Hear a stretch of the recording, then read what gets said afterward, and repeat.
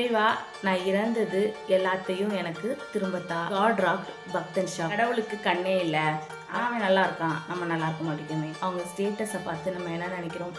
அவங்க இக்கரைக்கு அக்கறை பற்றி. வணக்கம். நிறைய நாள் நம்ம நினச்சிக்கிறோம் நமக்கு மட்டும்தான் இந்த விஷயம்லாம் நடக்கு, ஏன் கடவுள் இந்த மாதிரி ஒரு சூழ்நிலையில் என்னை தள்ளிட்டாரு, கடவுளுக்கு கண்ணே இல்லை, அவன்லாம் பாரு என்னென்ன கெட்டதெல்லாம் செஞ்சுருக்கான், அவன் நல்லா வாழ்கிறான், அவன் நல்லா இருப்பானா, ஆனால் அவன் நல்லா இருக்கான், நம்ம நல்லா இருக்க மாட்டேங்குமே அப்படிங்கிற நிறைய வருத்தங்கள் நமக்கு எப்போவுமே இருக்கும்.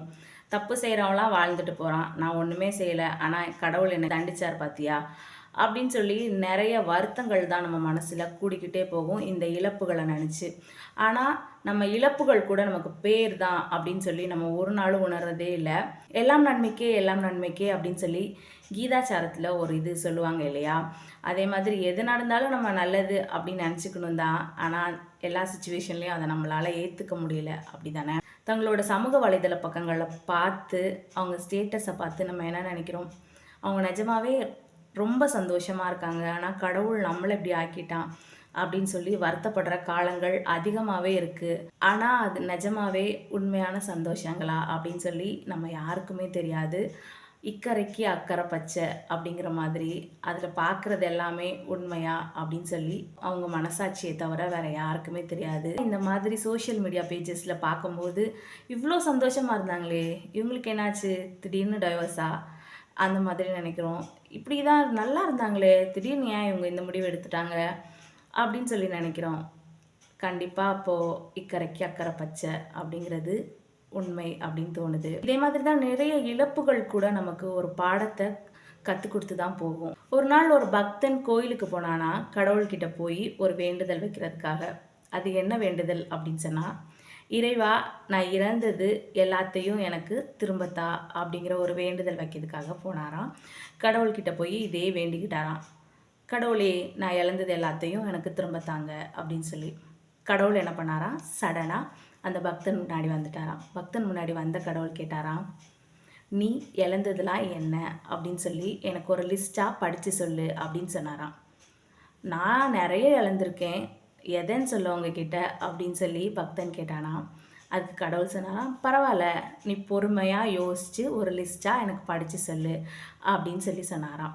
உடனே பக்தன் சொன்னாராம், இந்த கால ஓட்டத்தினால என்னோட இளமை இழந்தேன், என்னோட இளமை போனதுனால என்னோட அழகை இழந்துட்டேன், வயது மூப்பு காரணமாக என்னோட உடல் நலத்தை இழந்துட்டேன், இந்த மாதிரி எத்தனையோ இருக்குது நான் இழந்ததை சொல்கிறதுக்கு, நீங்கள் எனக்கு எல்லாத்தையும் கண்டிப்பாக திரும்ப தரணுமே அப்படின்னு சொல்லி கேட்டானா பக்தன் இறைவன்கிட்ட. உடனே இறைவன் சொன்னாராம், சரி, நீ இழந்ததை கொஞ்சம் சொல்லிட்ட, நானும் கொஞ்சம் சொல்கிறேன் உன்னோட இழப்புகளை பற்றி அப்படின்னு சொல்லி சொன்னாராம். நீங்களும் சொல்கிறீங்களா, சொல்லுங்க அப்படின்னு சொன்னாராம் பக்தன்.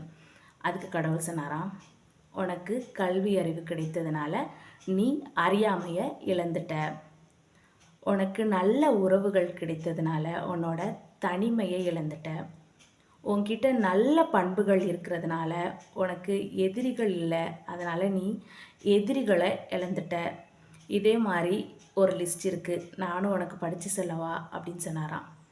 இந்த இழந்த சிலவற்றையும் உங்ககிட்ட திருப்ப தரட்டுமா நான் அப்படின்னு கேட்டாராம். அப்போது காட் ராக்ட் பக்தன் ஷாக்டு அப்படிங்கிற மாதிரி பக்தன் ரொம்ப திகைச்சு போய் நின்னாராம். இதே மாதிரி தாங்க நம்ம இழப்புகளை பற்றி மட்டுமே தான் யோசிச்சுட்ருக்கோம். நமக்கு அந்த இழப்புகளால் கிடைச்ச பேர்கள் என்னென்ன அப்படிங்கிறத மறந்து போயிடும். அடுத்தவங்களை பார்த்து நம்ம சூடு போடக்கூடாது. நம்ம வாழ்க்கையை நிம்மதியாக வாழ கற்றுக்கணும். நம்மக்கிட்ட இது ஒரு இழப்பு நடந்துருச்சா இன்றைக்கி, பரவாயில்ல அப்படின்னு நினச்சிக்கணும். நிறைய தடவை சில சம்பவங்கள் நடக்கும்போது நம்ம வருத்தப்பட்டு போய் உக்காந்துற காலங்கள் உண்டு, எனக்கு மட்டும் இப்படி நடந்துருச்சு அப்படின்னு சொல்லி. ஆனால் இந்த கால மாற்றத்தின் காரணமாக நாள் கடக்க ஒரு நாள் நம்ம யோசித்து பார்ப்போம், இந்த விஷயம் அன்னைக்கு நடந்திருக்காட்டா கண்டிப்பாக நம்மளால் இதை பண்ணியிருக்க முடியாது இல்லையா அப்படின்னு சொல்லி யோசித்து பார்ப்போம். காலம் எல்லாத்துக்குமே ஒரு நல்ல மருந்தாக தான் இருக்கும். அதனால் நம்ம இழப்புகள் பற்றி என்றைக்குமே நினைக்காம கால ஓட்டத்தை பார்த்து முன்னேறி போய்கிட்டே இருக்கணும். நான் இதை இழந்துட்டேனே அப்படின்னு நினைக்காம அந்த இழப்புலேருந்து எப்படி நம்ம மீண்டு வர முடியும், அதுக்கான என்ன வழிமுறைகள் இருக்குது அப்படிங்கிறத தான் பார்த்து முன்னேற கற்றுக்கணுமே தவிர அவன் அப்படி இருக்கான், இவன் அப்படி இருக்கான், இவன் எனக்கு அப்படி பண்ணிட்டான், இவன் எனக்கு அந்த பண்ணதுனால தான் நான் இதை இழந்து போயிட்டேனே அப்படின்னு சொல்லி சோர்ந்து போய் உக்காந்துனா நம்மளோட காலச்சக்கரம் ஓடாமல் நிற்க போகிறதே இல்லை. அது ஓடி போய்கிட்டே தான் இருக்கும் நம்ம வாழ்க்கை. ஆனால் முன்னேறாமல் அதே இடத்துல ஸ்டாக்னண்டாக நின்றுக்கிட்டே இருக்கும். ஸோ நம்ம இழப்புகள் வாழ்க்கை காலமாற்றத்தில் நடக்கிறது தான்.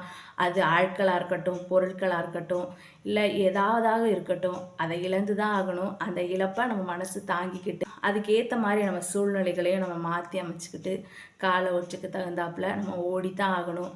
இதுதான் இந்த வாழ்க்கையை நமக்கு கற்றுக் கொடுக்குற பாடம். நன்றி.